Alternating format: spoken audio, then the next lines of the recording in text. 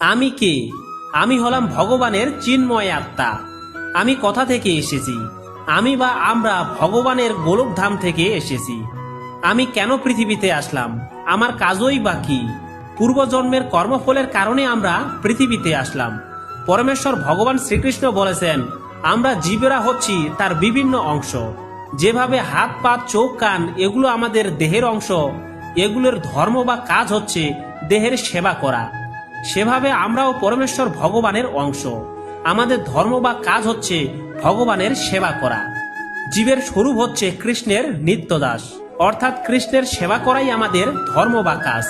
পরমেশ্বর ভগবান শ্রীকৃষ্ণ গীতায় বলেছেন, তোমার মনকে আমার ভাবনায় নির্যুক্ত করো, আমার ভক্ত হও, আমাকে প্রণাম করো এবং আমার পূজা করো।